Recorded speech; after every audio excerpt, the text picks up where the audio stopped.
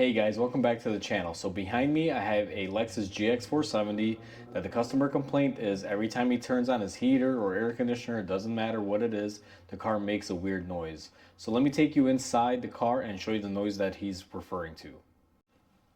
So we are inside the car, passenger side, and I got you guys on the seat here.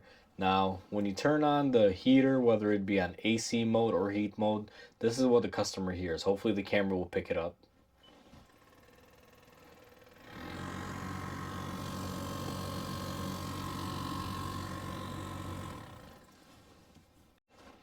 So you guys just heard the noise. What I'm thinking it is the blower motor is on the fritz and it's on its way out. So what we're gonna do is go ahead and replace the blower motor. Now, I've gone ahead and I tested it, and I initially thought there might be a leaf or some dirt, something in there making that horrible noise. But what it actually is the motor is kind of moving on its shaft. When it starts spinning, it's unstable and it starts grabbing at the sides, and that's why you hear that little tick tick tick noise. So let's go ahead and begin and get the blower motor out of there. Alright guys, so we are up and underneath where the blower motor lives. Now this is on the right side by the footwell area, and as you guys will see, we have a cover here. So what we're going to want to do is get rid of this plastic cover by removing this Phillips screw that you guys can see right here. Let me go ahead and get this cover off and I'll bring you guys back in. Alright guys, so we went ahead and we got our cover removed, and I thought I would take a minute to explain how this works. Once you remove that screw that's here, you got two clips here, one here, one there, you guys can see, and then this is more of like a guide. I went ahead and kind of just grabbed it and tucked down, and it came off and it dropped down. Then I was greeted by these computers, and as you guys can see, all the wires here. Now this is clipped right here onto this piece right here, if you guys can see, and the wires just go to the light and these two computers. It's actually kind of nice. Toyota tells you what these are. Like this one's a four-wheel drive computer, and then this one, well, they don't really say. Oh, tire pressure computer. So good on Toyota, they actually named their computers. Now if we go down in the passenger floor side, as you guys can see, we are going down here. This is your blower motor, guys. Now you will typically have one connector, as you guys can see right here. The way this works is, let me see if I can switch my hands and just do it on camera. You just push it in and then pull out, and your connector comes off. And then if you guys are doing a blower motor resistor, it would be right there.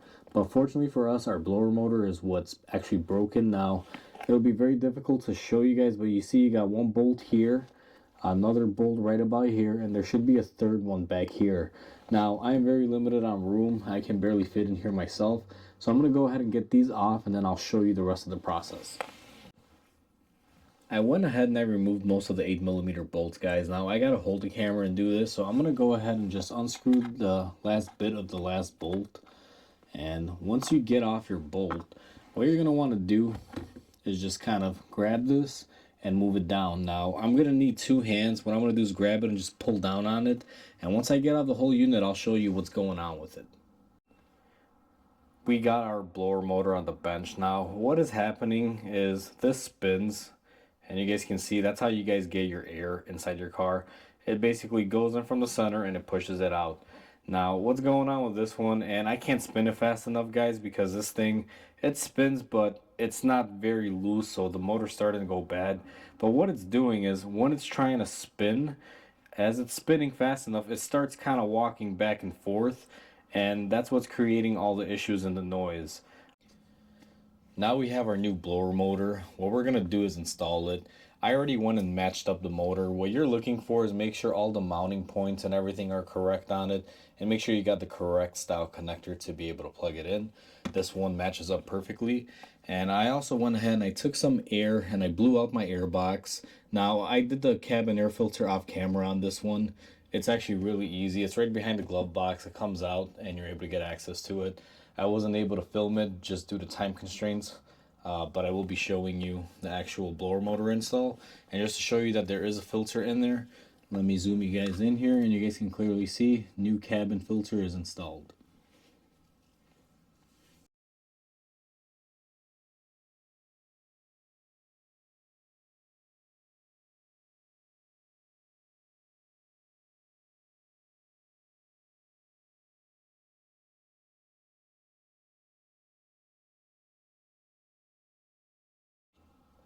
So as you guys saw in the time lapse, I went ahead and I installed everything.